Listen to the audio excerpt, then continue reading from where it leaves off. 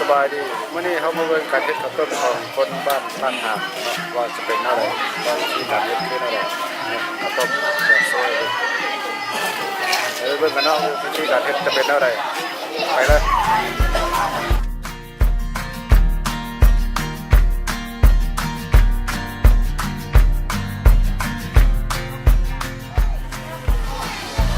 ส่งเข้าเนาะจะเป็นเข้าที่เข้ามาเรียบร้อยแล้วก็จะมีมะถั่วดิบ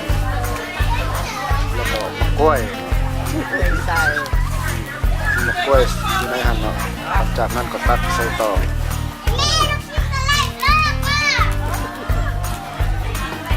เพิ่งเอาบุญบ้านนอก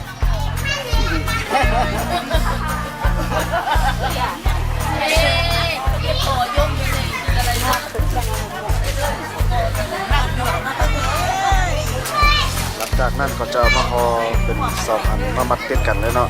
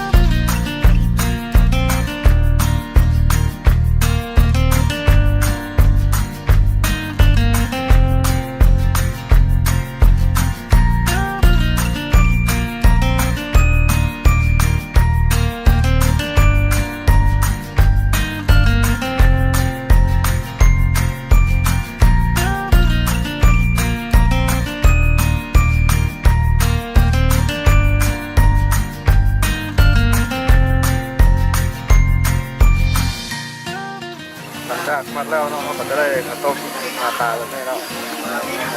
หน้าตาข้าวต้มแล้วหลังจากนั้นก็จะเอาไปต้มเนาะเก็บไปก่อนเอาไปต้มหลังจากต้มมาอีกแล้วเราจะมาไข่ลงไปแล้วว่าหน้าตาข้างในจะเป็นอะไรจะแซ่บหรือบ่หรือเนาะจะเศร้าหรือจะให้เบิ่งแล้วก็ทำ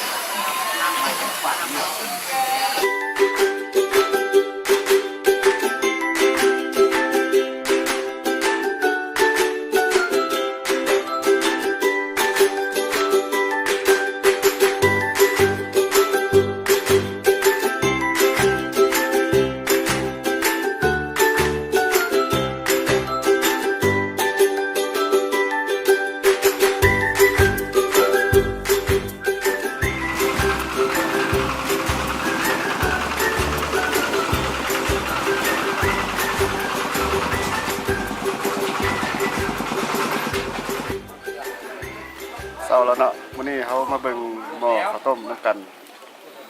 ว่าเขาตื่นสวยเขาทำเบิ่งตอนข้าวต้มซะเนาะบ่เบิ่งแต่หม้อเขาเจ้าต้มต่อไว้แล้วเดี๋ยวปะมันสุกแล้วเราจะไปไข่เนาะว่ามันจะเป็นอะไรเดี๋ยวถ้าติดตามเทื่อนึง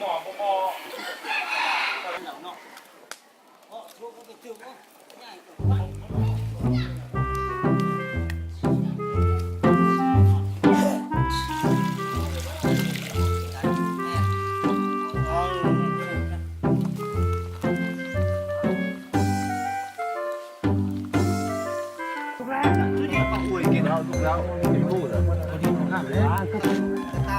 เต็มเลยย่อถามไม่กินไม่แล้วคอนไม่แล้วคอนแอ๊ยากเด้อมาด้านแล้วแกก็กินข้าวต้มแล้วแกไอ้ไข่เนาะไอ้ไข่อยากกินข้าวต้มไข่ยาก5แล้ว6แล้ว6อันพอแล้วเหมือนเราต้องย่างมาแล้วมานั่นเอามาไหมเอามาหมดซุปเขาเนี่ยเจ๊ซุปมาละที่เอามาที่มันสมองได้ไหมเร็วต้มโดนแบบนี้บ่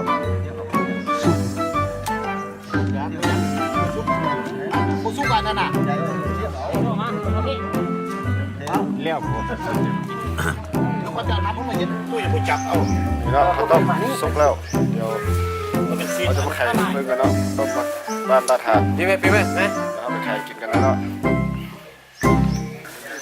การกินข้าวต้มเนาะจะใส่กับมะพร้าวขูดแล้วก็น้ำตาลใน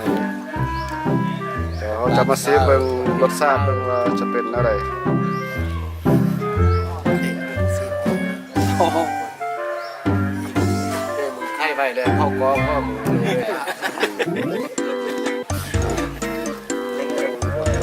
เป็นอะไร สัมภาษณ์แม่ เป็นอะไรรสชาติ สัมภาษณ์แม่ เขาบอกตอบเขาซิมเองวันนี้นะ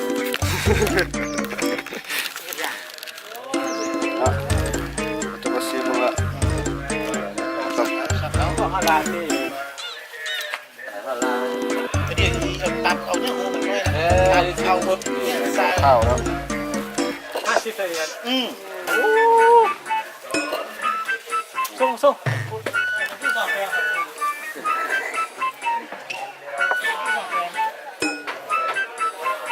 แต่มันเกิดเป็นชิ้นดาวเท่านี้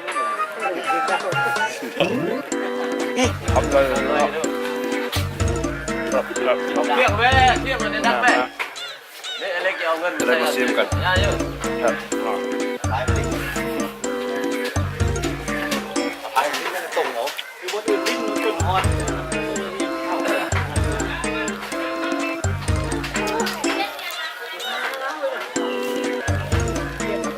ำเนาะ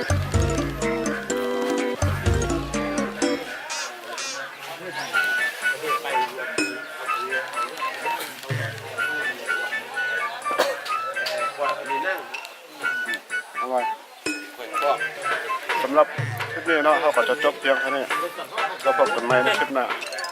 บ๊ายบายสบายดี ได้นั่งบาง